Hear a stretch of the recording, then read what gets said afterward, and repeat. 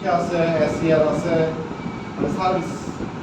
প্রথম হচ্ছে ঢুকে হচ্ছে যে আমাদেরকে আগে দিতে হয় যে ডিপার্টমেন্ট 6 মাসের ট্রেনিং করতে হয়, ফাউন্ডেশন ট্রেনিং।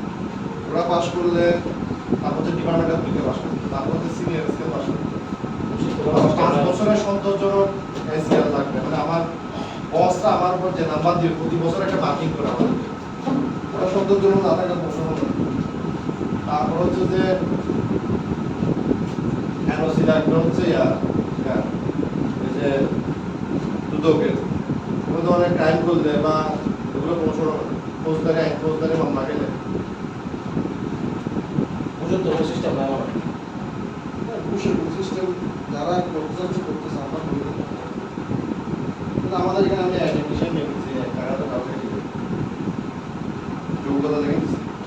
কেউ যদি খায় সেটা জানতে পারে, সেটা সে বলতাম কিন্তু করে দেবো, মানুষ তো জানতে পারে। হাটাতে আমাকে ব্যবস্থা করে দিন আমাদের একটা ব্যবস্থা করার কিছু নেই, ওটা অলরেডি সব দিয়ে দিয়েছে।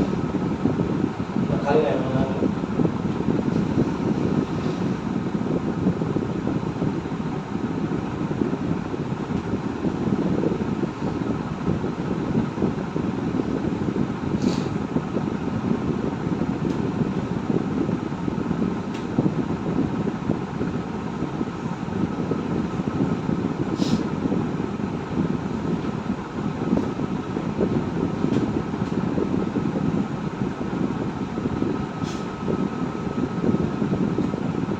আমাদের বাকি স্টুডেন্টরা বলে আসছে আজকে পেশেন্টের কথা নিয়ে আসছে তারা কম আসছে। আমি এই জন্য পুরোপুরি লিখে দিলাম পর বছর করে দিতে জানা নেই কাউকে তাহলে আসলে এটা মোটামুটি করে বলেছে। ক্লাস হবে যেটা জিজ্ঞেস করছে ওরা কি নাও জি আনবে মুসাফির টাকা দাও না আমি নোট ফারুক ভাই আমাকে কল দিছিল। আমিও 22 ডিসেম্বর থেকে গেছি। তুমি স্যার বললাম কি করতো বলতাম ওরা সাগর তো সবসময় আসে। আসছে তো এই আসছে তো হ্যাঁ। আমি ফারুক ভাই পার্সোনালি বলতেছি নয়তো বলতেছি সাগর কি আসছে? ফারুক ভাই চিটন আছে বাট আজকে বলছিল সাগর কি আসছে? আসছে ফারুক ভাই আসছে মানো মানবে বা তুই আরো 10 মিনিট পর দিলে পারবে সমস্যা নেই আর 10-15 মিনিট পর পারবে তুই ধরো না 5টা প্র্যাকটিক্যাল ক্লাস তো সবসময় ওই আসলে দিতে পারবো না। আমি তো আজকে সময় চলে যাবে কিন্তু সাগর আসছে, তোমাকে তো বলতো হায়াত দাও। 5টা 10 সেকেন্ড পারবে অনেকদিন বাঁচলা তুমি ভাই, আসলে দেখ ভালো করে দেখছ তুমি তো অনেকদিন বাঁচলা দেখতেছি। আলহামদুলিল্লাহ যা দোয়া করলে অবশ্যই ইনশাআল্লাহ। এই স্যারকে ধন্যবাদ ক্লাসে করার জন্য।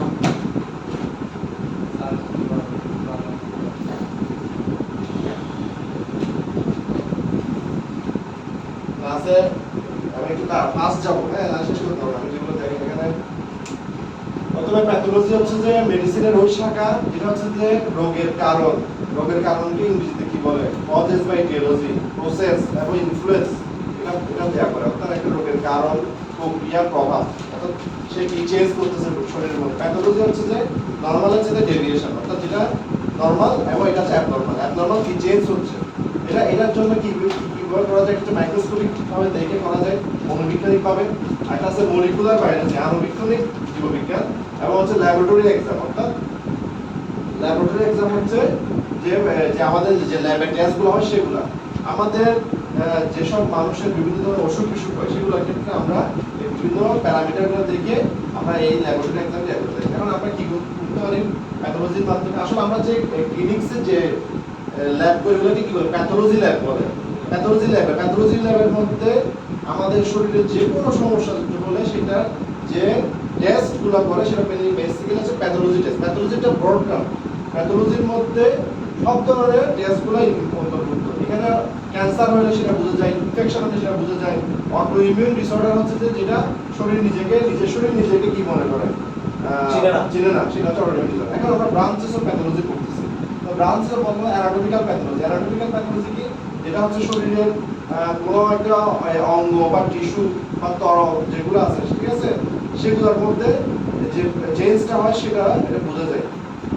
একটা অঙ্গ বা টিস্যু বা অর্গান এগুলোর মধ্যে কি হচ্ছে? অ্যানাটমিক্যাল প্যাথোলজি একটু বলতে গেলে হচ্ছে টিস্যু বা অঙ্গ এবং পুরো দেহের ময়নাতদন্ত করে এটা করতে পারে, ঠিক আছে, টিস্যু বা অঙ্গবাহিকার কোনো ডিস্টার্ব হলে সেটাকে আমরা সেটা ধরতে পারি। এখন হিস্টোপ্যাথোলজি হিস্টোলজি বা হিস্টোপ্যাথোলজি হচ্ছে যে এটা হচ্ছে অনুবীক্ষণ যন্ত্রের নিচে অধ্যয়ন, আর সাইটোপ্যাথোলজি হচ্ছে যে কোষের অধ্যয়ন, আর ফরেনসিক হচ্ছে ময়নাতদন্ত, যে কোনো একটা মানুষ কোনো একটা সন্দেহজনক মৃত্যু হয়েছে, যে কোনো একটা খুন হয়েছে, তখন আমরা কিন্তু এটা ফরেনসিক প্যাথোলজি করে দেয়। যেমন হঠাৎ করে কোনো একটা খাবার গরু মরে গেলে বিনা কারণে, সেটাকে আমরা কি করে পোস্টমর্টম করে প্যাথোলজি করি। অ্যানাটমিক্যাল প্যাথোলজি হচ্ছে যে অঙ্গ টিস্যুর তরল তরল কি আছে, ব্লাড ইউরিন এগুলো হচ্ছে তরল, বা ব্রেনের যে ফ্লুইড আছে সেগুলো তরল হতে পারে। হিস্টোলজি হচ্ছে যে এটা হচ্ছে যে ওইখানে এটাকে আণবিক ভাবে আমরা মাইক্রোস্কোপে দেখি, যে এখানে যে কোনো হিস্টোপ্যাথোলজি কোনো একটা অর্গান থেকে একটা স্মেয়ার নিয়ে ওটাকে স্লাইস করে একটা কেটে ওটাকে মাইক্রোস্কোপে দেখা হয়। সাইটোপ্যাথোলজি হচ্ছে যে ওখানে কোষের যে অধ্যয়ন, যে কোষটা বিশেষ করে এটা কোন ক্ষেত্রে লাগে, যেমন একটা যারা ধূমপায়ী তাদের এই লাংসের যে স্কোয়ামাস সেল নামে একটা সেল থাকে, এগুলো সেলগুলো হচ্ছে এরকম টাইপের, ঠিক আছে, এরকম টাইপের। তখন এটা কি হয়, মেটাপ্লাসিয়া আবার চেঞ্জ হয়ে এই টাইপের হয়ে যায়, মানে সেলগুলো পরিবর্তন হয়। তখন ওইখানে লাংস থেকে টিস্যু নিয়ে পরীক্ষা করা হয়, তখন কিন্তু আমরা বুঝতে পারি যে ওইটার মধ্যে পরিবর্তন আছে। ধূমপায়ীদের ক্ষেত্রে এই লাংসের মধ্যে চেঞ্জগুলো আসে। আবার ক্লিনিক্যাল প্যাথোলজি বলতে কি হচ্ছে যে আমরা ব্লাড টেস্ট করি, ব্লাডের মধ্যে ইউরিন টেস্ট করি, এগুলো টেস্ট করে দেখি। যেমন হেমাটোলজি হচ্ছে ব্লাড, রক্ত এবং রক্ত সংক্রান্ত টেস্ট। হেমাটোলজি, যেমন এই হেমাটোলজির উপর মানুষের ক্ষেত্রে এমসিবিএস আছে, শুধু রক্ত বিজ্ঞান বিষয়ে, এটা রক্ত এবং রক্তের রোগ। মাইক্রোবায়োলজি হচ্ছে যে ব্যাকটেরিয়া, ভাইরাস, ফাঙ্গাস যেগুলো আছে সেগুলোকে মাইক্রোবায়োলজি স্টাডি করে। ক্লিনিক্যাল কেমিস্ট্রি হচ্ছে রাসায়নিক উপাদান বিশ্লেষণ। এই যে আপনার মনে করেন অ্যালকোহল আছে কিনা, না না না, ওই যে আপনাদেরকে দেখেন না ব্লাড টেস্ট, ইএসআর, তারপর পিসিবি, হিমোগ্লোবিন, সিবিসি, এগুলো হচ্ছে যে রাসায়নিক উপাদান বিশ্লেষণ করার পরে আপনার শরীরে কতটুকু থাকা প্রয়োজন, কতটুকু আছে, বেশি আছে না কম আছে, এটা ইন্টারপ্রিটেশন করে। মনে করেন লিম্ফোসাইট থাকার কথা আপনার, আর এটা হচ্ছে 2 লাখ, ডেঙ্গু হলে এটা 10,000-এর নেমে আসে, তাহলে বোঝা গেছে যে আপনার সেলের অবস্থা খারাপ, আপনি এটা যে কোনো মুহূর্তে শকে যেতে পারেন। এটা টেস্ট না করলে এটা বোঝাবে, এটা হচ্ছে যে ওই এটা কাউন্ট করবে। এটা হচ্ছে ক্লিনিক্যাল কেমিস্ট্রিটা হচ্ছে যে রাসায়নিক উপাদানটা কাউন্ট করবে। মলিকুলার প্যাথোলজি এটা হচ্ছে আণবিক অণু, মানে যেমন কোনো একটা অণু নিয়ে স্টাডি করে। জেনেটিক প্যাথোলজি হচ্ছে কোনো জেনেটিক সমস্যা থাকলে, জেনেটিক ডেভিয়েশন থাকলে সেটাকে কিন্তু ওরা বুঝতে হবে। স্কিন। নিউরোপ্যাথোলজি হচ্ছে ব্রেন স্পাইনাল কর্ড, মেরুদণ্ড, ব্রেনের কোনো সমস্যা থাকলে ওটা হচ্ছে যে প্যাথোলজি, নিউরোপ্যাথোলজি। রেনাল প্যাথোলজি হচ্ছে যে কিডনির রোগ সংক্রান্ত, কিডনি হলে যে চেঞ্জ হয়, যাদের হয় যে কি বলে ডায়ালাইসিস করা হয়, তাদের কিডনিটা ভালো করে কাজ করে না, তাদের ক্ষেত্রে কিন্তু রেনাল প্যাথোলজি স্টাডি করলে এখানে একটা জিএফআর আছে, গ্লোমেরুলেশন ফিল্ট্রেশন রেট, এটা মেনলি 85% উপর থাকলে মানে কিডনি ভালো করে কাজ করতেছে। যখন এটা 70% এর নিচে চলে আসে বা 50% হয়ে যায়, তখন কিন্তু কিডনিকে ডায়ালাইসিস করতে হয় এবং বাইরে থেকে রক্ত দিয়ে ইয়া করতে হয়। এই জন্য রেনাল প্যাথোলজি ওটা কিন্তু স্টাডি করা যায়, ঠিক আছে। পেডিয়াট্রিক শব্দ হচ্ছে শিশু, চাইল্ডের এটা স্টাডি করে শিশু।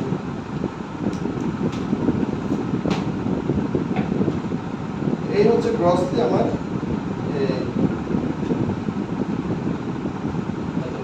প্যাথোলজি আমরা এটা করলাম।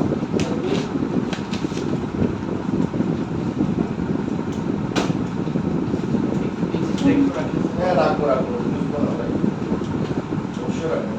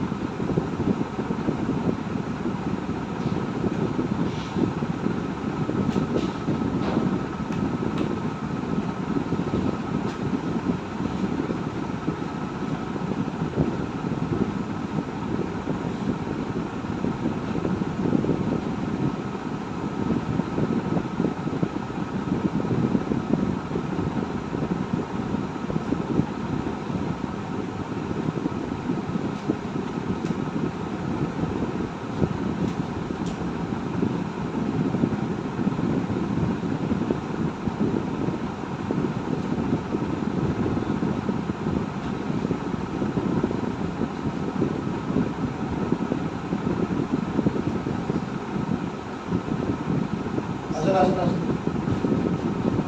আজকে প্র্যাকটিক্যাল করতে যাচ্ছি যে ও তো নিজে আসলো না, হুজুর কি নাম পরিচয় দিয়ে আসেন। ও প্র্যাকটিক্যাল করতে আমাকে ফোন করতেছিল, ও তো নিজে আসলো না।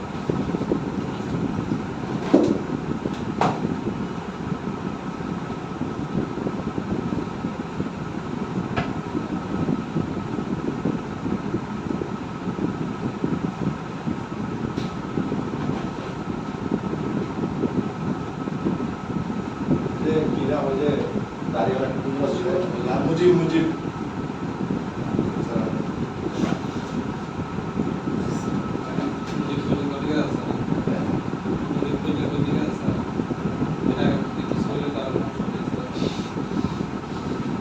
এর আগে কি আছে? তারপরে দিয়ে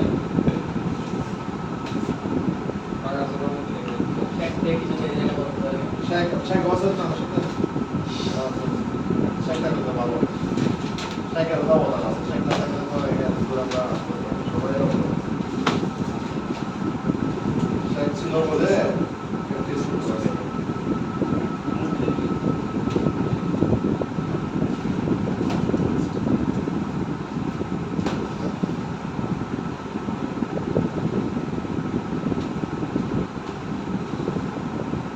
আর আছে রাজনীতি হচ্ছে কি হাওয়া চেঞ্জ হলে মানুষ যেদিকে হাওয়া যাবে দিকে চলে যায়। এখন হচ্ছে এটা সবাই এখানে কম বেশি যে কবে একটা চেঞ্জ হয়েছে সেটা না, যখন যে আসে তখন সব আগের মতোই চলে। মাঝখানে কিছুদিন এয়ারপোর্টে নাকি লোকজনকে ভালো খাতির করছে, এখন নাকি আবার আগের মতো হয়ে গেছে। আজকে আমি চুল কাটতে গেছি সেলুনে, ওখানে বলতেছি সব আগের মতো হয়ে গেছে। এখন আগে একদল ছিল যা চাঁদাবাজি করতো বাজারে, এখন আরেক দল আসছে নতুন করে চাঁদাবাজি করতেছে। এরা আগে এদেরকে সেন্টার দিতে, এদেরকে সেন্টার দিচ্ছে, সেই কথা সেম বাংলাদেশের কোনো বলে যাবো না। এগুলো হচ্ছে যে স্বার্থের আছে। প্রথম দিনে ভালো ছিলেন প্রতিদিন ভালো ছিল, কিন্তু এটা তো এটা আমরা আমি যে পাওয়ার এক্সারসাইজ করছি এগুলো তো নিয়ম না। আমি তো পুরো মানুষকে মানুষ করে করতেছি। বাঙালি করে ভালো ছিল, রাস্তায় চলতে চলতে শিক্ষা করে নিয়েছে। এরকম হইলে আমিও যদি এরকম থাকতো 7-8 বছর, তাহলে ওরাও এরকম মানে হয়ে যেত। মানুষ আগ্রহ তো যেত, রুলস মেনটেন করতো। পাকিস্তানের মধ্যে কদিন পরে এখানে আমি সরকার কদিন পর কথা বলে আমাদের মোটামুটি আরো কাজ করতেছে, পুলিশে তো ভালো করে মামলা হচ্ছে না।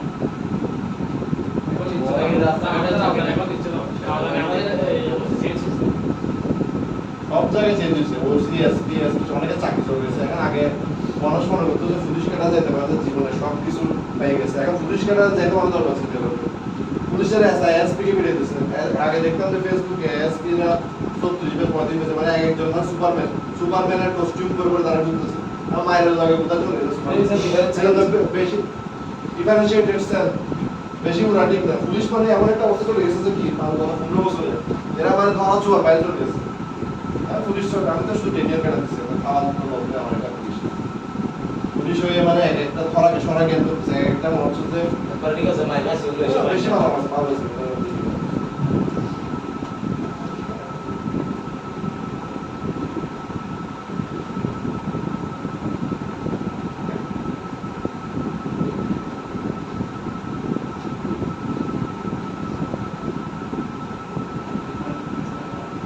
বিপরীতমুখী পরিবর্তন, পরিপক্ক ডিফারেন্সিয়েটেড সেল পরিবর্তন, এগুলো সবগুলাই টেকনিক্যাল টার্ম।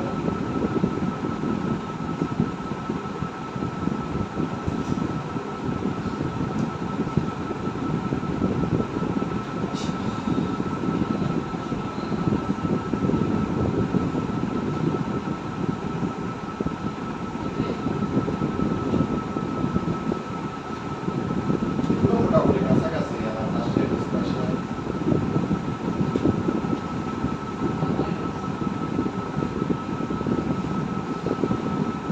সবগুলো কাছাকাছি।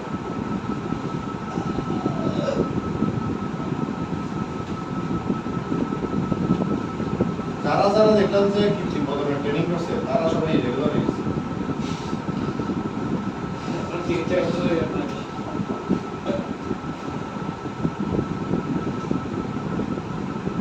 টাকা নেশা হইলে জন্য করতেছি না স্যার। না না ওরা এও তো পুরান জিনিস, ও তো পুরান, ও তো আগে থেকে এখন যেগুলো নতুন নামতেছে ওই 1 বছর যে 6 মাসের মধ্যে যারা নামছে তারা হচ্ছে যে একেবারে ডিস্ট্রাক্ট হয়ে গেছে। ক্লাস বলতে থাকলে ক্লাস নিতে মজা লাগে। চিকিৎসা করতেছে কি?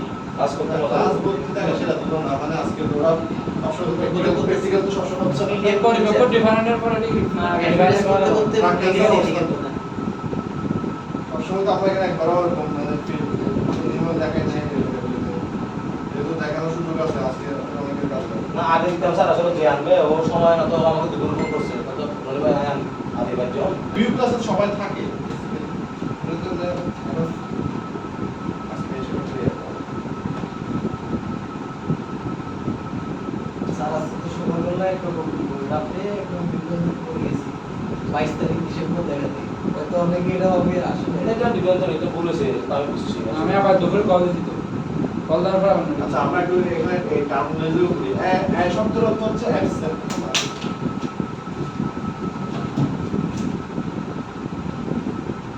শব্দের অর্থ হচ্ছে অ্যাবসেন্ট হাইপো শব্দের অর্থ হচ্ছে কম বা অল্প হাইপার অর্থ হচ্ছে বেশি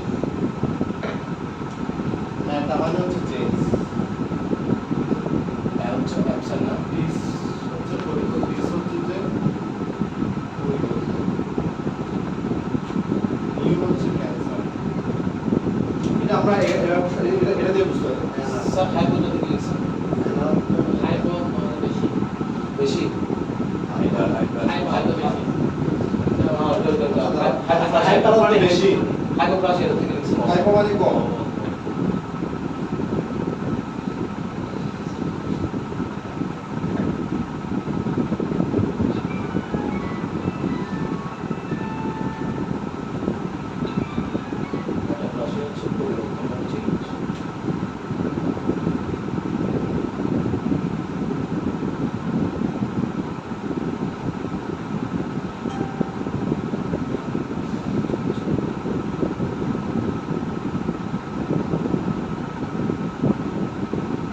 এটা শব্দের অর্থ হচ্ছে ব্যাকওয়ার্ডস ডিসপাশন পরিবর্তন না ডিসপ্লাসিয়াটা হচ্ছে যে ম্যাটার হচ্ছে চেঞ্জ আর ডিসপ্লাসিয়াটা হচ্ছে যে খারাপ পরিবর্তন নিউ প্লাসিয়াটা ক্যান্সার প্রথমে অ্যাপ্লাসিয়া এখন অ্যাপ্লাসিয়া শব্দের অর্থ হচ্ছে পরিবর্তন প্লাসিয়া শব্দের অর্থ কি পরিবর্তন আর প্লাসিয়া হচ্ছে ক্লিনিক্যাল অবস্থা অর্থাৎ খারাপের দিকে ঠিক আছে তো পরিবর্তনটা মানে প্যাথোলজিক্যাল পরিবর্তনকে বোঝাচ্ছে অ্যাপ্লাসিয়া শব্দের অর্থ হচ্ছে যে যে এখানে ওইটা অর্গানটা একেবারে নাই মানে নাই বললে চলে বা অঙ্গবাটি অসম্পূর্ণ বিকাশ মনোভাব সম্পূর্ণ অনুপস্থিত হতে পারে বা থাকলেও একদম অ্যাট্রোফাইড ছোট একবারে মানে বলার বাইরে হাইপোপ্লাসিয়া হচ্ছে যে হাইপো শব্দটা কম অ্যাবসেন্ট অর্থাৎ অঙ্গবাট টিস্যুটা আছে কিন্তু এটা খুব ছোট স্বাভাবিকের তুলনায় মানে আর এত হচ্ছে যে একেবারে নাই বা খুবই ছোট মানে ধরা যায় না এটা তো আছে যেমন ধরুন অনেকের যদি দুইটা কিডনির মধ্যে একটা কিডনি না থাকে মানুষের দুইটা কিডনি অনেকে জন্মগত দুটির কারণে একটা কিডনি নিয়ে জন্মায় তখন এটা হচ্ছে অ্যাপ্লাসিয়া ঠিক আছে আবার দুইটা কিডনি নিয়ে জন্মাইছে কিন্তু একটা কিডনি কাজ করে একটা কিডনি ছোট কাজ কম করে তখন হচ্ছে হাইপোপ্লাসিয়া আবার মনে করেন যে আমি ব্যায়াম করলাম ব্যায়াম করার কারণে আমার মাসেলগুলো বেড়ে গেল এটাকে বলে হাইপারট্রফি ট্রফি শব্দ হচ্ছে চেঞ্জ এটা হচ্ছে হাইপার অর্থ বৃদ্ধি যারা ব্যায়াম করে তাদের এই মাসেলগুলো কি হয় বেড়ে যায় হাইপারট্রফি হাইপার বেশি মেটাপ্লাসিয়া হচ্ছে মেটা মানে আপনার জানেন চেঞ্জ তো এটা হচ্ছে বিপরীতমুখী পরিবর্তন অর্থাৎ যখন যারা স্মোকার আছে যখন তারা ধূমপান করে তাদের যে লাংসের সিম্পল স্টোমার সেলগুলো ওদের আকৃতি চেঞ্জ হয়ে কলামদার মানে এক ধরনের এরকম সেলগুলো কি হয়ে যায় এরকম সেল যেগুলো আছে সেগুলো হয় এরকম কলামের মতো হয়ে যায় লাইনিং অর্থাৎ আমাদের যে ফুসফুস আছে বা সব কিছু একটা লাইনিং আছে লাইনের মধ্যে যে সেলগুলো অর্থাৎ মিউকাস মেমব্রেন লাইনিং যে সেলগুলো এরকম হতে পারে অথবা এরকম হতে পারে বা এগুলো চেঞ্জ হয়ে এরকম হতে পারে আচ্ছা অ্যানাপ্লাসিয়া শব্দ অর্থ হচ্ছে ব্যাকওয়ার্ড অর্থাৎ সে তার নরমাল সেলগুলা পরিবর্তন হয়ে তার আদি অস্বাভাবিক কোষ হয়ে যাবে অর্থাৎ যেগুলো নরমাল না সেলটা নরমালি একটা ডেভেলপ সেল হওয়ার কথা একটা পরিপূর্ণ কোষের কথা সেটা পরিপূর্ণ নাশ হয়ে অর্থাৎ যখন তারা ওই যে আমরা পড়াইছিলাম যে আপনার গভীর রক্তবিজ্ঞানের ক্ষেত্রে যে তাদের কিন্তু রেটিকুলোসাইটটা বোন নিউরনের জন্য প্রায় 10-12টা স্টেপ থাকে তারা ভিন্ন ভিন্নভাবে চেঞ্জ হয়ে পরে ম্যাচিউর একটা রেড ব্লাড সেল হয় গভীর রক্তবিজ্ঞান হয় কিন্তু এটার ক্ষেত্রে কি হয় যে সেল যেগুলো আছে সেগুলো হচ্ছে যে ওই তার আদি কোষ যেটা রেটিকুলোসাইট ছিল বা এর আগে যেগুলো ছিল ওইগুলোতে চলে যায় প্রোইরাথ্রোব্লাস্ট তো ওগুলো দিয়ে তো ফাংশন, যেমন ক্যান্সার মানে কি?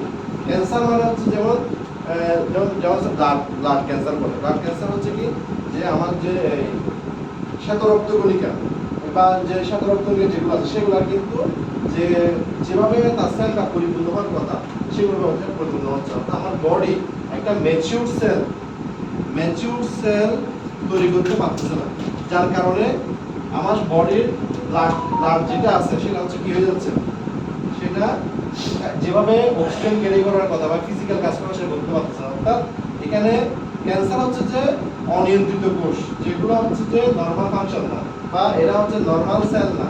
নর্মাল সেল থেকে এদের ইয়াটা হচ্ছে অ্যাবনর্মাল, এবং অ্যাবনর্মাল অর্থাৎ এরা পরিপূর্ণভাবে ম্যাচিউর হয় না, পরিণত হয় না, অপরিণত কোষ। এই অপরিণত কোষ হওয়ার কারণে কিন্তু ওই ক্যান্সার সেলগুলো আমাদের শরীরে কাজ করতে পারে, আলটিমেটলি কিন্তু আমরা সার্ভাইভ করতে পারি না। এই জন্য কিন্তু কি করে ওই যে কেমোথেরাপি দিয়ে ক্যান্সার সেলগুলোকে মেরে ফেলার চেষ্টা করে, নষ্ট করে, ওইটা নষ্ট করতে চেষ্টা করে, এবং এটা কিন্তু অনেক বাদে স্টেপগুলো আছে। এখানে ডিসপ্লাসিয়া হচ্ছে যে এখানে সেলের আকার আকৃতি এবং গঠনের অস্বাভাবিক পরিবর্তন। এটা হচ্ছে যে প্রাক ক্যান্সার অবস্থা, অর্থাৎ ক্যান্সার শুরু হওয়ার আগে বিনাইন যেগুলো আছে। ক্যান্সার কিন্তু দুই ধরনের, একটা হচ্ছে বিনাইন, একটা হচ্ছে মেলিগন্যান্ট। মেলিগন্যান্ট হচ্ছে করা, টিউমার হলো বিনাইন। তো প্রাক ক্যান্সার অবস্থায় সেলগুলো আস্তে আস্তে কিভাবে পরিবর্তন হতে থাকে। আর নিউপ্লাসিয়া হচ্ছে একবারে ক্যান্সারাস অবস্থা, অর্থাৎ বোন ক্যান্সার, ব্লাড ক্যান্সার যেরকম হয়, কোষ এবং টিস্যুর অস্বাভাবিক অনিয়ন্ত্রিত বৃদ্ধি। আর সেলগুলো মাল্টিপ্লিকেশন করতেছে, কিন্তু এগুলো কোনোটা নরমাল সেল না, ম্যাচিউর সেল, আসলে ইমেচিউর সেল। তার কারণে ইমেচিউর সেলগুলো আমার যেখানে থাকবে কেন, লাংস, লিভার, যেখানে তার লিভার ক্যান্সার হতে পারে, লাংস, কিন্তু আমার ওই সেলগুলো ম্যাচিউর না হওয়ার কারণে আমার যে নরমাল ফাংশন সেগুলো তারা করতে পারতেছে না। সেই জন্য আমার এটা নিউপ্লাসিয়া হয়ে যাচ্ছে।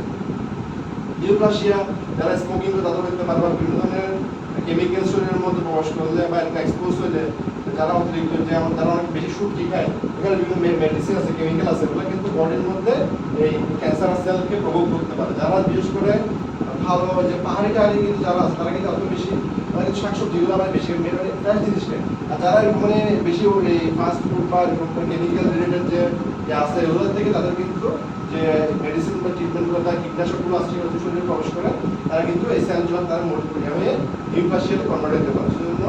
এই জন্য আর এই আমাদের প্যাথোলজিক্যাল অ্যাসেসমেন্টে আমরা এই যে টার্মিনোলজি এগুলো আমরা করার চেষ্টা করি।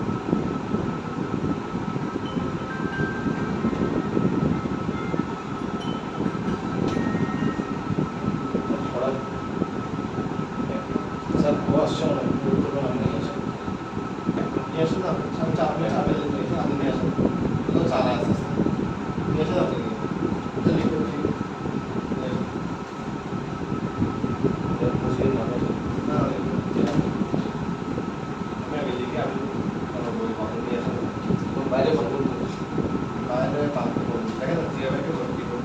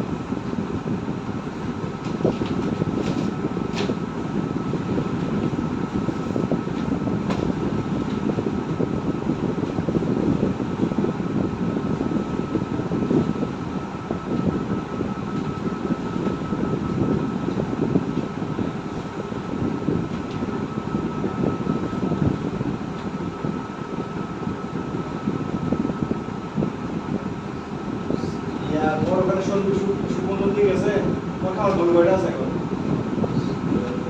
ডেইলি ওখানে বাচ্চা কাচ্চা সব মিলে 30-30টা আছে আমার আর ফ্যাটেনি নিয়ে 27টা আছে বাচ্চা সব সমরঞ্জন করবো তো আমি এক্সপার্ট উনি তো ওই আধা আমার চলে আসছে পাশ করেছিল এখন আমাদের একটা ছোট ভাই ছিল শুভ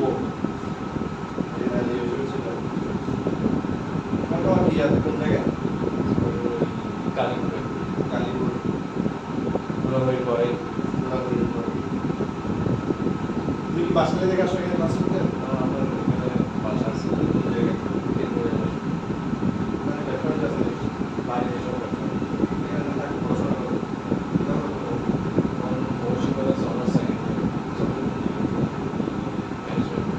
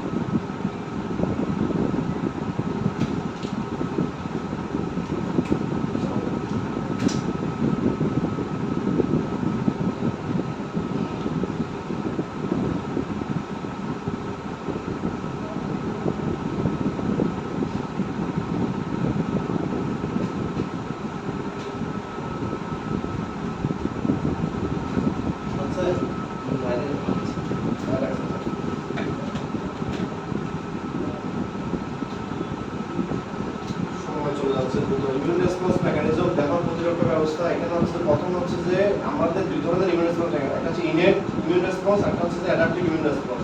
সহজাত রোগ প্রতিরোধ প্রক্রিয়া, একটা হচ্ছে অ্যাডাপটিভ, এটা একটু অ্যাডভান্স।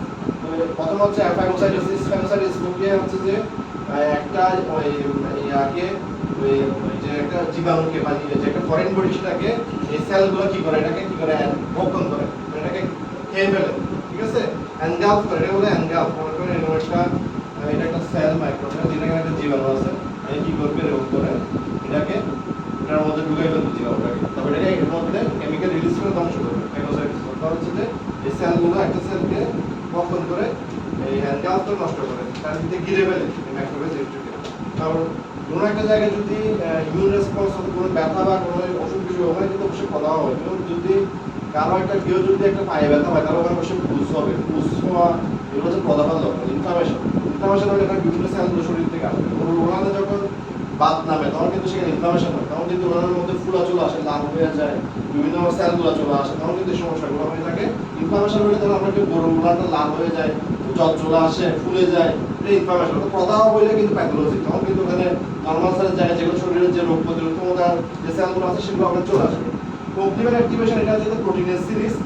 এটাও কি করে ওই প্যাথোজেন যেটা আছে, প্যাথোজেন শব্দ তো কি জীবাণু, জীবাণুটাকে অপসোনাইজ করে, অপসোনাইজ করে চারিদিকে ঘিরে ওটাকে এই নষ্ট করে ফেলতে সহায়তা করে। অ্যান্টিব্যাকটেরিয়াল পেপটাইড, এটা এক ধরনের প্রোটিন, সেটা ডিফেন্সিভ, যেগুলো হচ্ছে ভাইরাস ব্যাকটেরিয়াকে ধ্বংস করে। অ্যানকেসেন মানে হচ্ছে ন্যাচারাল কিলার সেল, যেটা ক্যান্সার সেলকে ধ্বংস করে। এটা হচ্ছে যে আমার শরীরে যেটা সহজাত বলতে সহজাত এর মধ্যে কিন্তু স্কিন যেগুলো আছে, আমাদের স্কিন কিন্তু সহজাত, নাকের মধ্যে যে লোমগুলো আছে সেগুলো সহজাত, অর্থাৎ যেগুলো আমার বাইরে থেকে কোনো একটা জিনিস এসে প্রাথমিকভাবে যেটা ঠেকায়। যেমন আমাদের দেশে যদি একটা হামলা হয়, প্রথমে ভিতরে যদি একটা বোমা হামলা করছে সন্ত্রাস, সেটা প্রথমে কে যাবে? পুলিশ। পুলিশ হচ্ছে যে ইনেট ইমিউন রেসপন্স। পুলিশ যখন পারবে তাহলে আগে রাখবে, র্যাবকে রাখবে, আর্মিকে রাখবে, তারা হচ্ছে অ্যাডাপটিভ ইমিউন রেসপন্স, ঠিক আছে? তো অ্যাডাপটিভ ইমিউন রেসপন্স বলতে কি আছে যে বি সেল শব্দ হলো বি লিম্ফোসাইট। বি সেল মানে বি লিম্ফোসাইট এবং অ্যান্টিবডি। এই যে আমাদের শরীরে যে আমাদের যখন একটা ডেঙ্গু হয় তখন কিন্তু আমরা আইজিএ, আইজিসি, আইজিএম যেগুলো বলা, আইজিআর, এগুলো হচ্ছে যে আমার অ্যান্টিবডি। এই অ্যান্টিবডিগুলো হচ্ছে যে রোগের বিরুদ্ধে তৈরি হয়, তখন কিন্তু সেগুলো আমরা টেস্ট করে এটা আমরা ধারণা করতে পারি যে এই অ্যান্টিবডিটা কোন রোগের এগেইনস্টে, এক এক রোগের এগেইনস্টে এক এক ধরনের অ্যান্টিবডি তৈরি হয়, তাহলে আমরা রোগটা সম্বন্ধে ধারণা করতে পারি। হিউম্যান অ্যান্টিবডি হচ্ছে বি লিম্ফোসাইট প্রোটিন অ্যান্টিবডি এবং অ্যান্টিবডি এবং বি সেল কি করে ওই অ্যান্টিবডি তৈরি করে শরীরের রোগ প্রতিরোধ ক্ষমতা বৃদ্ধি করে ভাইরাস ব্যাকটেরিয়া বিরুদ্ধে। আর সেল মেডিয়েটেড ইমিউনিটি হচ্ছে টি লিম্ফোসাইট। বি সেল মানে বি লিম্ফোসাইট, টি সেল মানে টি লিম্ফোসাইট। সাইটোটক্সিক টি সেল কি করে শরীরের মধ্যে কোনো একটা অসুস্থ কোষ থাকলে, সাইটো শব্দের অর্থ হচ্ছে কোষ, টক্সিক শব্দের অর্থ নষ্ট করা বা বিষ, অর্থাৎ ওই সেলটা হচ্ছে যে কোনো একটা অসুস্থ কোষকে নষ্ট করে। আর হেল্পার টি সেল কি করে? হেল্পার টি সেল হচ্ছে যতগুলো সেল আছে, বি সেল, ম্যাক্রোফেজ, নিউট্রোফিল, সবাইকে এরা কি করে এদের কার্যক্রম করতে হেল্প করে। এবং রেগুলেটরি টি সেল হচ্ছে যে শরীরের মধ্যে, যাতে অনেক সময় দেখা যায় যে আমরা যদি কোনো একটা রেগুলেটরি টি সেল যেমন কোনো একটা যদি শরীরের মধ্যে একটা জায়গায় অসুখ হয়েছে, তো সবাই ওখানে ঝাঁপাই পড়ছে, পুলিশ, আর্মি, তখন কি ওখানে কি গোলাগুলি করে আগুন লেগে গেছে, আগুন লেগে ওখানে অ্যালার্জি, তখন ফায়ার সার্ভিস, মনে করেন রেগুলেটরি টি সেল হচ্ছে ফায়ার সার্ভিস, এটা হচ্ছে কি পানি মেরে সব কিন্তু কি ওগুলোকে কি ঠান্ডা করবে, এটা হচ্ছে উত্তেজনা কমায় আর কি। এফেক্টের মলিকিউল হচ্ছে সাইটোকাইন। সাইটোকাইন হচ্ছে সিগন্যাল প্রোটিন, যে কোথাও একটা জিনিস সমস্যা হয়েছে তাহলে সে সিগন্যাল দিবে প্রোটিন রিলিজ, তখন ওই এরা চলে আসবে, সবাই এসে এখানে অ্যাকশন দিবে। আর কেমোকাইন হচ্ছে যে ওইটা যেটা হচ্ছে যে সিগন্যাল এর সাথে সাথে একটা কেমিক্যাল রিলিজ করে, ঠিক আছে? যে মনে করেন যে এখানে আমি একটা যেমন ফেরোমন ফাঁদটা কি একটা কেমিক্যাল, এটা হচ্ছে যে জমিতে লাগায়, ওইটা যখন দেয় ওখানের মধ্যে তাবিজের মতো ওখানে সব পোকাগুলো সেখানের মধ্যে পড়ে যায়। ঠিক সেম ভাবে এরা একটা কেমিক্যাল রিলিজ করবে, যার কারণে সবাই এখান থেকে এসে এটা আকর্ষণ চলে আসবে। পারফোরিন গ্যাঞ্জাম এদের এক ধরনের জিনিস, এটা হচ্ছে অ্যাপোপ্টোসিস বা প্রোগ্রাম সেল ডেড করে। প্রোগ্রাম সেল ডেড হচ্ছে যে শরীরের আমাদের কোষগুলো কিন্তু নিয়মিত পরিবর্তন হচ্ছে, আজকে যে কোষগুলো আছে এগুলো কিন্তু কোষের মৃত্যু হয়ে নতুন কোষ দ্বারা প্রতিস্থাপিত হচ্ছে।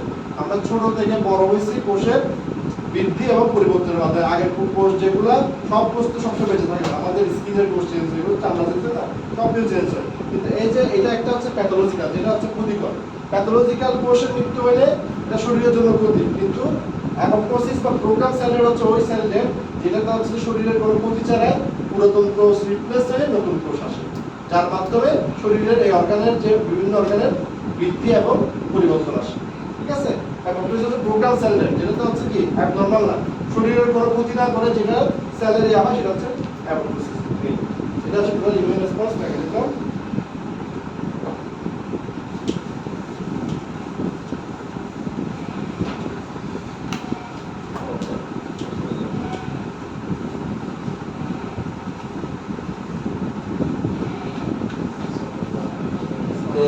এটা না থাকলে ভালো না থাকলে জিততে হবে, না থাকলে জিততে হবে। মতো ছাগলের মালে ওকে বেঁধে কোথাও গেছে, হ্যাঁ ছাগল খুব বেশি আনন্দ হবে না। দুই ধরো জায়গা জায়গা 100 মাইল দা এটা ওরা তাই তো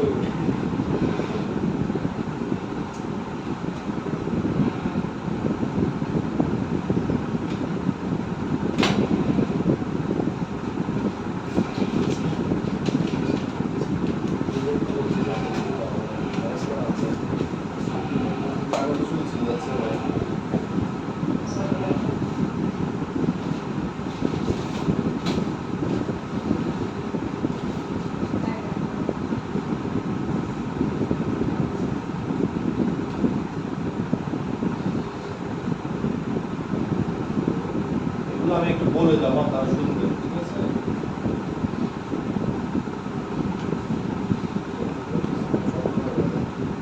আপনারা জানেন যে ক্যালসিয়াম ফসফরাস শরীরের কি গুরুত্বপূর্ণ উপাদান। যখন একটা যখন শরীরের অভাবে কি হয় যে শরীরে যখন ক্যালসিয়াম ফসফরাসের অভাব হবে, যদি আমি একটা গাভীর কথা বলি, গাভীকে যদি পর্যাপ্ত ঘাস দেওয়া না হয় তাহলে ওটার থেকে ঘাসের মধ্যে প্রচুর পরিমাণে ভিটামিন মিনারেলস থাকে, ক্যালসিয়াম ফসফরাস থাকে। যেসব গাভী বিশেষ করে আমি যে জায়গায় যাচ্ছি মহেশখালী, এখানে শুধু লবণের ফিল্ড, এখানে কাজ করে না। এই জন্য অধিকাংশ গাভীর ডেলিভারির সময় অনেক কষ্ট হয়ে যায়, বাচ্চা ডেলিভারির সময় ডিস্ট্রোপিয়া হয়, অর্থাৎ বাচ্চারা ডেলিভারি করতে খুব কষ্ট, অর্থাৎ ফ্লুইড থাকে না, অর্থাৎ তার হচ্ছে ডেলিভারিতে সমস্যা হয়। কারণ হচ্ছে সে পর্যাপ্ত পরিমাণ শুধু লবণের ফিল্ড হতে ওখানে ঘাস কম, যার কারণে আমি যখন ছিলাম ওখানে আমার ম্যাক্সিমাম গরু ডেলিভারি করতে কষ্ট হয়েছে। এবং অনেক সময় গরুর বাচ্চাটা মারা গেছে, ওই জরাই যে চিত্রটা সার্ভিক্সের ওটাও ওপেন হয় নাই, যার কারণে ডিএনএস বের করতে মারা গেছে। ওখানে ঘাসের কিন্তু অনেক ইয়ে আছে। বিশেষ করে দেখবেন যে এখন মিল ফিভার, দুধ জ্বরে বেশি পাবে, কারণ দুধ এখন হচ্ছে মেটাবলিক রিজম বেশি, শীতকালে ঘাস টাস কম থাকে, ঘাসের ফলন কম হয়, যার কারণে গরু পুষ্টি পায় না। অধিকাংশ গরু ডেলিভারি হয় শীতকালে, শীতকালে বাচ্চাই বেশি, মানে বাচ্চা হওয়ার পর দেখা যাচ্ছে অধিকাংশ গরুর এই মেটাবলিক সমস্যাগুলো হয়, মিল ফিভার হয়, ক্যালসিয়াম হয়। অনেক মানুষ আছে যারা গরুকে গাভীন অবস্থায় একবারের জন্য ক্যালসিয়াম খাওয়ায় না, এবং বাচ্চাগুলা শরীরে যে ক্যালসিয়াম প্রয়োজন সেটা আসে মা থেকে। ক্যালসিয়াম ফসফরাস না খাইলে বাচ্চাও দুর্বল হবে, মাও দুর্বল হয়ে যায়, এবং ডেলিভারিতে সমস্যা হতে পারে। এবং এটা ছাড়াও কিন্তু আরেকটা জিনিস হতে পারে যে ক্যালসিয়াম ফসফরাসের অভাবে কি হতে পারে, এটা হচ্ছে ডিস্টোপিয়া। ডিস্টোপিয়া শব্দের অর্থ হচ্ছে যে ডেলিভারির সময় কষ্ট হওয়া, ঠিক আছে? 2 নম্বর হতে পারে রিটার্ন প্লাসেন্টা, জরায়ু, যেটা এই গর্ভফুল আটকে যাওয়া, যেখান থেকে গর্ভফুল বের হয় না, টেনে টেনে বের করে। তারপর হচ্ছে যে কি বোন ডিফর্মিটি, অর্থাৎ বোন ঠিকভাবে কি হয় না, গ্রোথ হয় না, হাড্ডি নরম হয়, কমজোর হয়, ঠিক আছে? ক্যালসিয়াম হবে। এবং পোলট্রির ক্ষেত্রে কি হয়, পোলট্রির ক্ষেত্রে হচ্ছে যে পোলট্রির ঠোঁট, তারপর হচ্ছে যে পা, নখ, এগুলো কিন্তু কি হয়, দুর্বল হয় ক্যালসিয়ামের অভাবে। ক্যালসিয়ামের অভাব হলে কিন্তু কি করে, ক্যানিবালিজম একটা রোগ আছে। ক্যানিবালিজম শব্দের অর্থ কি, যে ঠোকরাটুটি করে, মুরগি যে অংশ একজনকে একটা ঠোকরা দিয়ে রক্ত বের করে ফেলে, এগুলো কিন্তু ক্যালসিয়াম অভাব হয়। সেম ক্যালসিয়াম ফসফরাস দুটোটা ইন্টারলিঙ্ক, ক্যালসিয়াম ফসফরাস দুটোটার কাজই মোটামুটি সেম, হাড্ডির সাথে, হাড্ডি, বোন, যেগুলো নখ, এগুলোর সাথে জড়িত, এবং এগুলোর অভাবে কিন্তু এই সমস্যাগুলো হতে পারে। ক্যানিবালিজম শব্দের অর্থ কি, ক্যানিবালিজম শব্দের অর্থ আদি শব্দ, যারা আদিমার যে বিভিন্ন উপজাতি আছে বিভিন্ন জায়গায় পাহাড়ে পর্বতে, তারা একজন মানুষ তারা আরেকজন মানুষের মাংস খেয়ে ফেলে, মানুষকে মেরে মানুষকে খেয়ে ফেলে। এখান থেকে আছে কিন্তু পোলট্রি ক্ষেত্রে ক্যানিবালিজম বলে একটাকে একটা ঠোক দিয়ে রক্ত বের করে ফেলে, এটা কিন্তু ক্যালসিয়াম অভাবে হইতে পারে, ঠিক আছে? এরপর আমরা তিনটা রিকেটস হচ্ছে ক্যালসিয়ামের অভাব হয়। রিকেটস শব্দ অর্থ কি, এটা হচ্ছে ছোট বাচ্চাতে হয় রিকেটস, আর বড়গুলোতে হয় অস্টিওমেলাসিয়া। রিকেটস হচ্ছে শিশু, যেগুলো ছোট শিশু বা গরুর বাচ্চা যাই হোক, এটা শিশুদের ক্ষেত্রে বলে রিকেটস, অর্থাৎ তার হাড্ডি খুব দুর্বল হয়, হাড্ডি ভঙ্গুর হয়। আর অস্টিওমেলাসিয়া হচ্ছে যে ক্যালসিয়াম যারা বৃদ্ধ হয়, তারা যদি দুধ বা ক্যালসিয়াম যদি ট্যাবলেট না খায়, তাদের কি হবে, তাদের হচ্ছে যে বোনগুলা পোরোসিটি হয়ে যাবে, ছিদ্র হয়ে যাবে বোনের মধ্যে, ছিদ্র হয়ে গেলে বোনগুলা যদি সামান্য, যেমন বৃদ্ধ মানুষ কিন্তু অ্যাক্সিডেন্ট হলে সাথে সাথে কিন্তু বোন ভেঙে যায়, হাড্ডি কিন্তু ভেঙে দুই টুকরা হয়ে যায়, তাদের তাদের অ্যাক্সিডেন্ট প্রবণ, হ্যাঁ, এই জন্য কিন্তু যারা বয়স্ক তাদের কিন্তু এই ধরনের দুধগুলো খেতে হবে, স্টিমুলেশন। ঠোঁট, নাক, পালক নয়। ঠোঁট, নাক, এটা কি লিখছি? পায়ে লিখছি।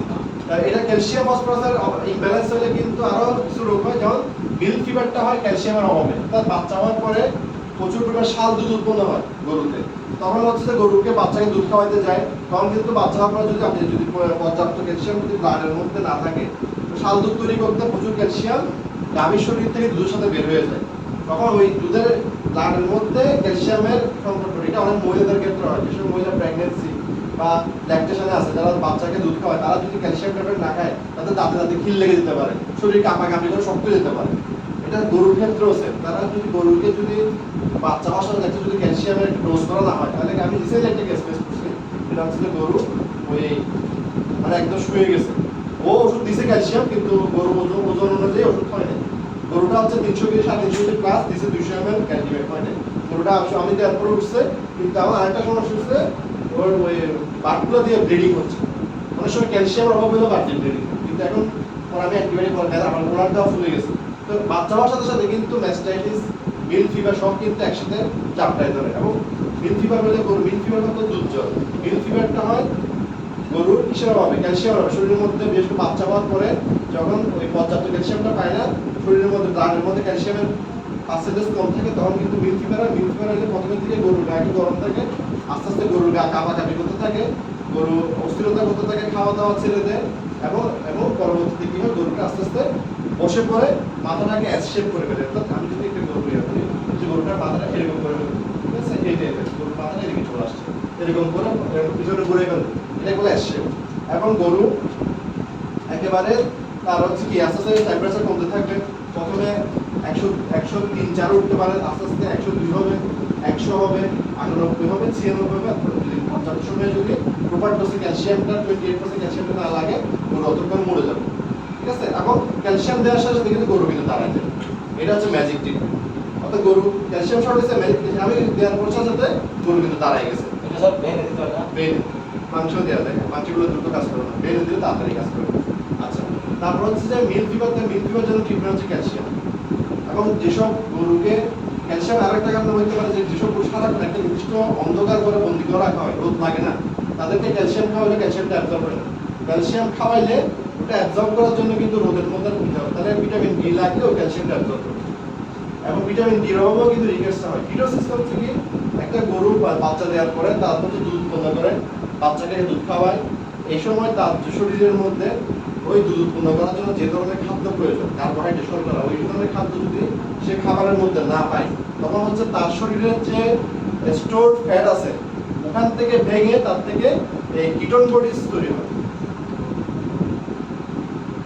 এটা এই কিটোসিস হচ্ছে যে এমন একটা মেটাবলিক ডিজিজ, যে আপনার মনে একটা গরুকে আপনার যে সুষম খাদ্য দেওয়া দরকার, মনে করেন যে সেখানে মধ্যে ডালের ভুসি থাকবে, সয়াবিন থাকবে, আপনি শুধু পুরা দিয়ে পালতেছেন গরুটাকে, তখন হচ্ছে সে তার খাদ্য থেকে তার যে উৎপাদনের যে পোটেনশিয়ালটা সেটা পাচ্ছে না, তার হচ্ছে তার নিজের রিজার্ভ থেকে ওটা ভেঙে ওটা তৈরি করতে চেষ্টা করে, তখন তার শরীরটা প্রথমের দিকে কি হবে, একেবারে শুকায় যাবে, সে কিন্তু আস্তে আস্তে শরীর খারাপ হয়ে যাবে, দুর্বল হয়ে যাবে।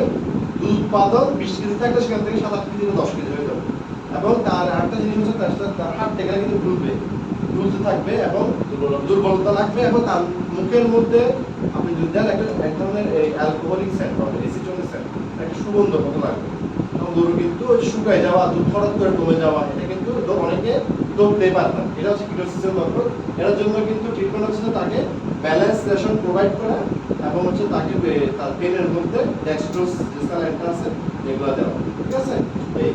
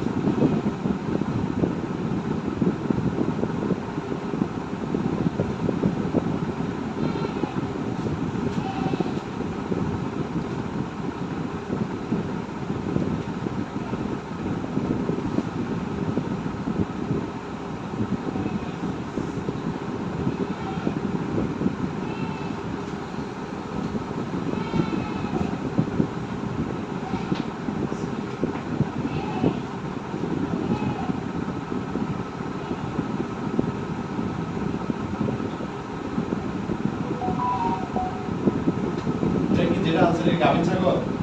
তো স্যার ইয়ে করার পরও এটা আসছিল না তো নিজে জানান নাকি? না এখন বুঝে যাচ্ছে না স্যার 3 মাস আগে তো আমি গেলে ভারতে বলছিলাম 5 লাখ টাকা ভারতে বলছিলাম এটা প্র্যাকটিস বুঝে যাচ্ছে যে আমি কেন হয় 3 বার নিয়ে গেছিল মাঝে এখন টাকা তারিখে বাকি হোক তারপরে টাকা দেবো সব ফল ছিল আছে স্যার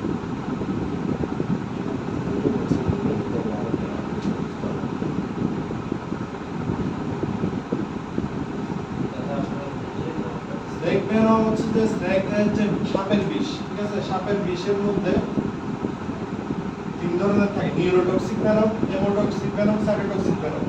নিউরোটক্সিক ভেনম হচ্ছে যে এটা হচ্ছে যে আমাদের যে ইয়াগুলো আছে, যে আমি কি বলছি, নিউরনগুলো আছে, নার্ভের কি, নার্ভের হচ্ছে যে এককগুলোকে কি বলে, নিউরন। তো যে আমাদের যেটা স্নায়ুতন্ত্র এককগুলো হচ্ছে নিউরন। তো এগুলো হচ্ছে যে এরকম করে একটার সাথে একটা এরকম করে যুক্ত থাকে। আমি আঁকলাম আর কি, নিউরন আঁকলাম। তো নিউরনগুলো হচ্ছে যে এরকম, এখানে এক্সন এবং ডেনড্রাইট নামে দুটো অংশ থাকে। এক্সন, এটা হচ্ছে ডেনড্রাইট। এখান থেকে হচ্ছে যে ইম্পালসটা এই গেলি হয়ে একটা থেকে একটা ট্রান্সমিট হয়ে মনে করেন পা থেকে মাথা পর্যন্ত এরকম করে হাজার হাজার নিউরন আছে। এখান থেকে নার্ভের যে স্টিমুলি, নার্ভের যে স্নায়ুর যে অনুভূতি, সেটা এরকম করে ট্রান্সফার হয়। ট্রান্সফার হলে এখানে হচ্ছে যে এই ট্রান্সফারের জন্য এখানে কিন্তু একটা কেমিক্যাল থাকে, এটা হচ্ছে অ্যাসিটাইলকোলিন। এই অ্যাসিটাইলকোলিন রিসেপ্টরটাকে নষ্ট করে ফেলে, ব্লক করে ফেলে, এটাকে কাজ করতে দেয় না। ফলে কি হয়, যেখানে সাপে কামড় দেয় ওখান থেকে কিন্তু নার্ভ সিগন্যাল আর ট্রান্সফার হতে পারে না, নার্ভ সিস্টেমটা ব্রেকডাউন হয়ে যায়, অ্যাসিটাইল ওখানে কিন্তু প্যারালাইজ হয়ে যেতে পারে। আর হেমোটক্সিক ভেনম হচ্ছে যে রক্ত এবং রক্তনালীর মধ্যে যে ব্লাড আছে সেটাকে, ওই ব্লাডটা কি করে ওটাকে ভেঙে ফেলে, ব্লাডটাকে সাপোজ অফ করে দেয় ব্লাড যেটা আছে ব্লাড সেলটাকে নষ্ট করে ফেলে। এবং এখানের মধ্যে এবং ওই ব্লাডটা কিন্তু ওইখানে যেখানে কামড় দেয় ওখানে কিন্তু একটা ক্লট হয় না, ক্লট হয় মানে কি জমাট বাঁধে না, ওটা ব্লিডিং হয়ে থাকে এবং ওখানের মধ্যে কামড় দিয়ে ব্লাডের যে সেল আছে সেটাকে ধ্বংস করে। আর সাইটোটক্সিক ভেনম হচ্ছে যে কোষ যেগুলো আছে, যে মাসেল টাসেল আছে, এখানে নেক্রোসিস করে। নেক্রোসিস মানে কি, পচন বা ধ্বংস করা, ঠিক আছে? কালো হয়ে যায়, ঠিক আছে? কালো হয়ে যায়, এটা একটু স্নেক ভেনম থেকে হয়ে থাকে।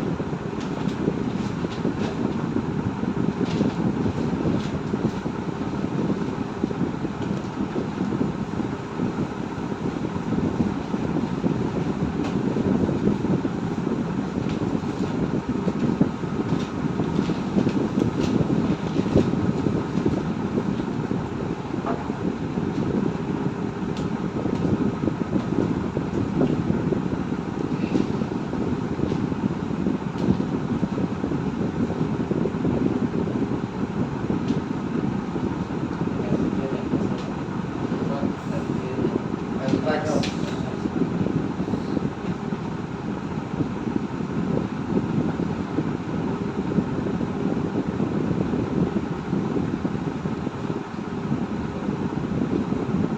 এটার জন্য দুটো ক্লাস করে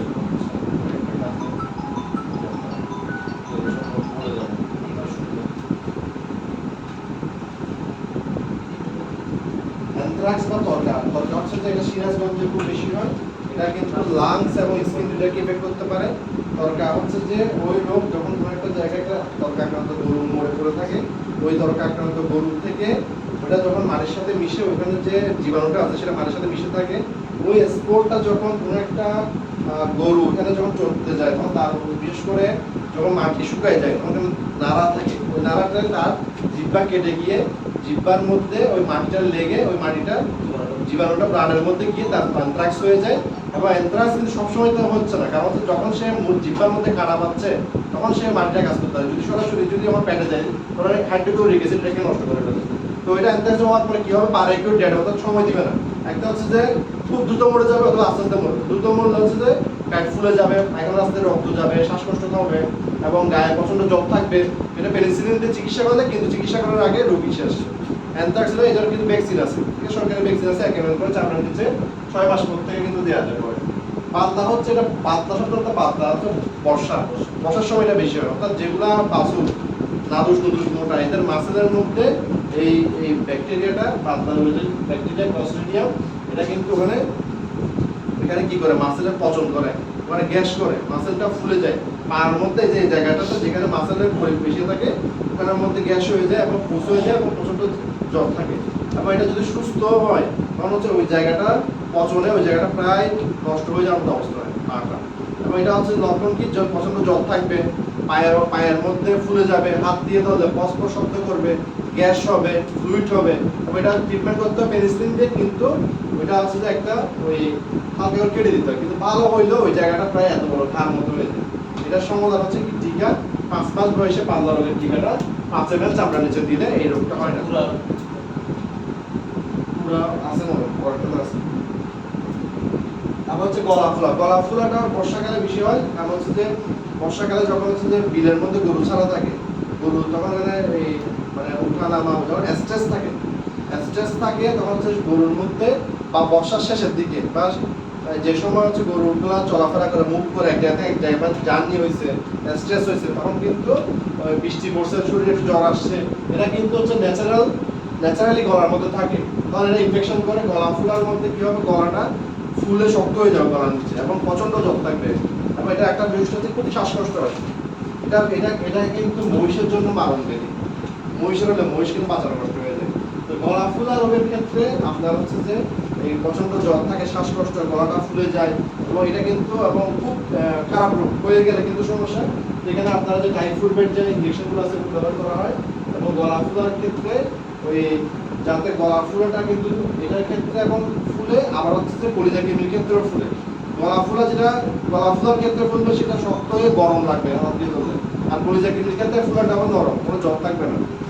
আর বুঝতে হচ্ছে যারা টেকনিশিয়ান আছে, যারা প্রজনন করে থাকে, তারা যদি কোনো একটা অ্যাবর্টেড ফিটাস, মানে এটা হচ্ছে গরুর থেকে বাচ্চা অ্যাবর্শন হয়েছে, ওই বাচ্চাকে যদি হাতে ধরে তাহলে কিন্তু ওইটার থেকে তার নিজের ব্রুসেলোসিস ইনফেকশনটা হতে পারে এবং তার নিজের সমস্যা হতে পারে। গরুর ক্ষেত্রে, গরুর ষাঁড়ের ক্ষেত্রে হচ্ছে যে তার যে স্ক্রোটামটা আছে, যে অন্ডকোষ সেটা ফুলে যায় এবং তার ওখান থেকে এবং ওই গরুটা আস্তে শুকায় যায়।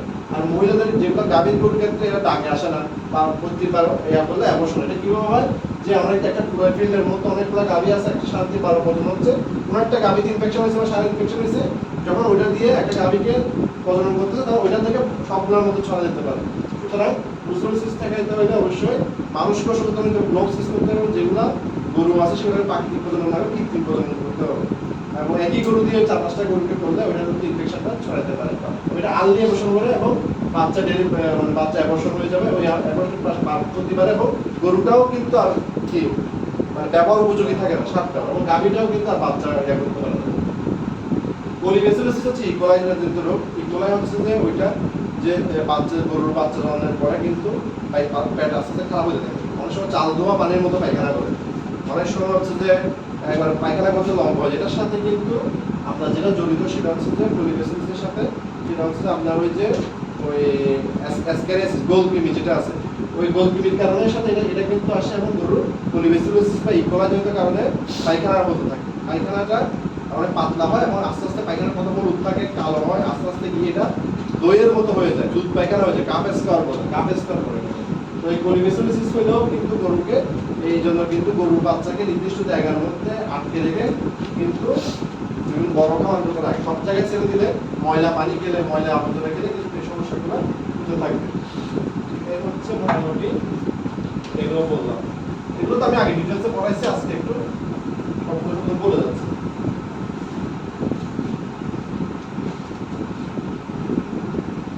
এবার বলবো হচ্ছে বিয়ার।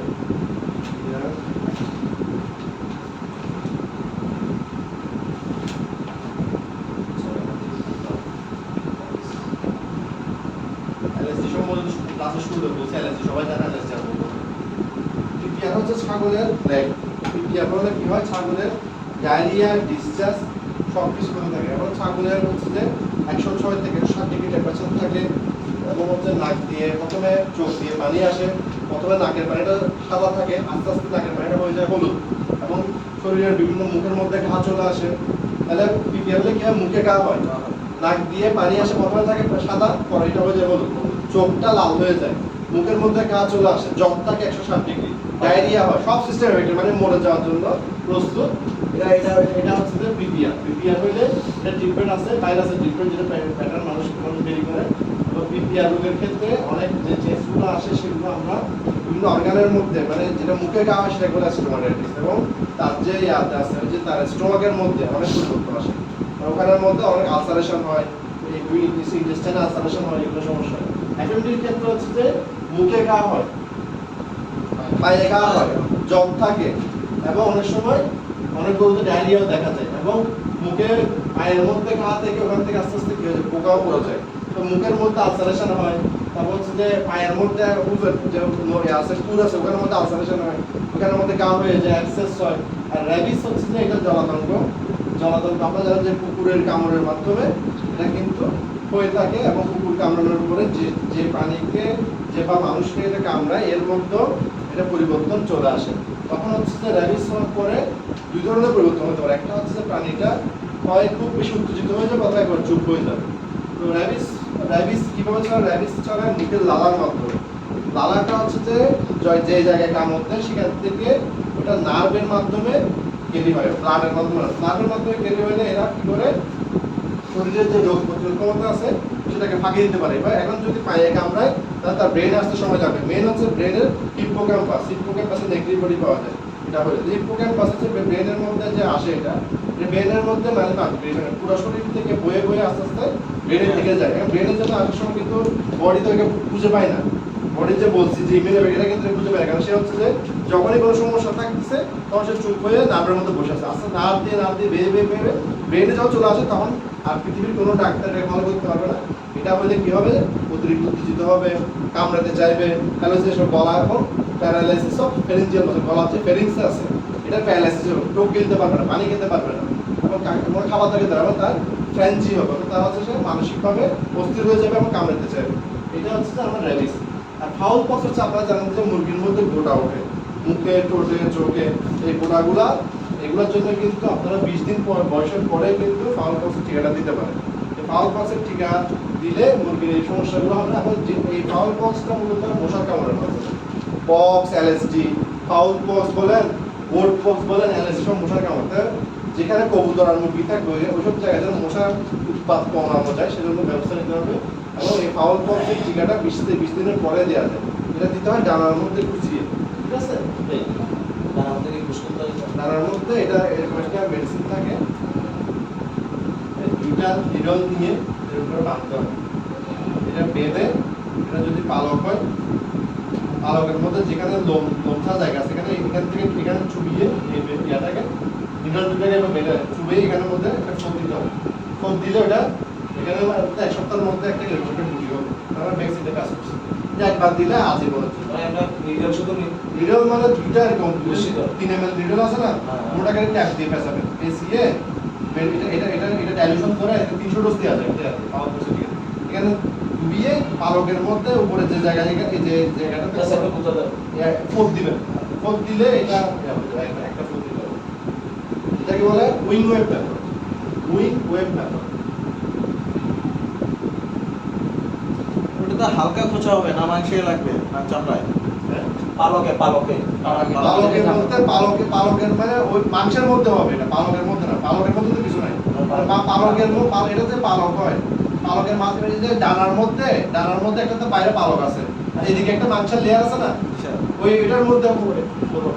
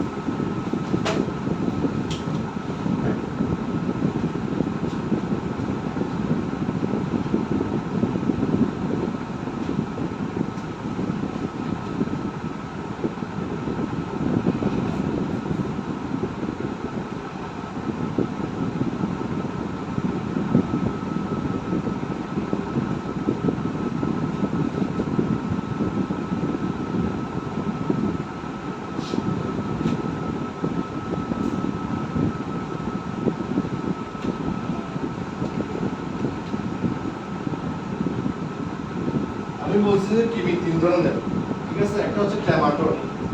ক্ল্যামাটোর হচ্ছে কি রকম, লিভারের যে পোত আমরা দেখবেন 4টা কিমি যেগুলো আছে, পরিচয় কিমি, ঠিক আছে? এটা হচ্ছে চ্যাপ্টা কিডনি ট্যামাটো ওরা চ্যাপ্টা টাইপের হয় এবং এদের মধ্যে হচ্ছে কলিজার মধ্যে ট্যামাটো থাকে এদের একটা লাইফ সাইকেল আছে সিস্টোডনসিস যেগুলো হচ্ছে কি পিতা কিডনি এগুলোকে বলে এটা হচ্ছে চ্যাপ্টা কিডনি এটা হচ্ছে পিতা কিডনি আপনারা আপনাদের বলছেন যে এটা এক ধরনের কিডনি আর একটা হচ্ছে গোল কিডনি তিন ধরনের কিডনি আছে ট্যামাটোর হচ্ছে লিভারের মধ্যে থাকে কলিজা কিডনি এদের যে লাইফ সাইকেল এটা আমি পড়াইছিলাম আপনাদেরকে এদের কলিজা থেকে যে তাদের যে তারা ওখানে যে ডিম উৎপন্ন করে এটা কিন্তু এটা মাটিতে আসে সরি মানে বাইরে যেসব জায়গায় জলজ ওইখানে কিন্তু তারা বেশি কলিজা জল মানে যেখানে প্রচুর পরিমাণে গাছ থাকে মানে পানিযোগ্য জলজ উদ্ভিদ থাকে ওখানে জলজ উদ্ভিদ যেগুলো আমাদের জার্মান গাছ ওখানের মধ্যে কিন্তু তারা এই বেশি আক্রান্ত করে ওখানে পানিতে আসার পরে তারা কি করে ওখানে মিরাসিডিয়াম নামে একটা স্টেজ হয় পানির মধ্যে এই মিরাসিডিয়াম স্টেজটা একটা শামুকের মধ্যে প্রবেশ করে এটার নাম হচ্ছে লিমনা জাতের শামুক অর্থাৎ গরুকে আমরা অধিকাংশ সময় ঘাস খাওয়াই কিন্তু গোবার আশেপাশ থেকে ওই গোবার আশেপাশ থেকে কিন্তু ফেসিলিটি বৃষ্টি হতে পারে লিভারের মধ্যে যে ডিম পারে এটা হচ্ছে ইন্টেস্টাইন হয়ে এটা কিন্তু চলে আসে হচ্ছে যে ইয়াতে মানে মাটিতে এবং পানিতে ওই মাটি এবং পানি থেকে মিরাসিডিয়ামটা একটা লিমনা নামে একটা শামুককে খোঁজে শামুকের মধ্যে তার তিনটা স্টেজ আছে স্পোরোসিস রেডিয়া সার্কারিয়া হ্যাঁ রেডিয়া সার্কারিয়া এই সার্কারিয়া বলে তখন সে কি হবে ব্যাগাসির মতো ওখান থেকে শামুক থেকে বের হয়ে যাবে বের হয়ে মেটা সার্কারিয়া হবে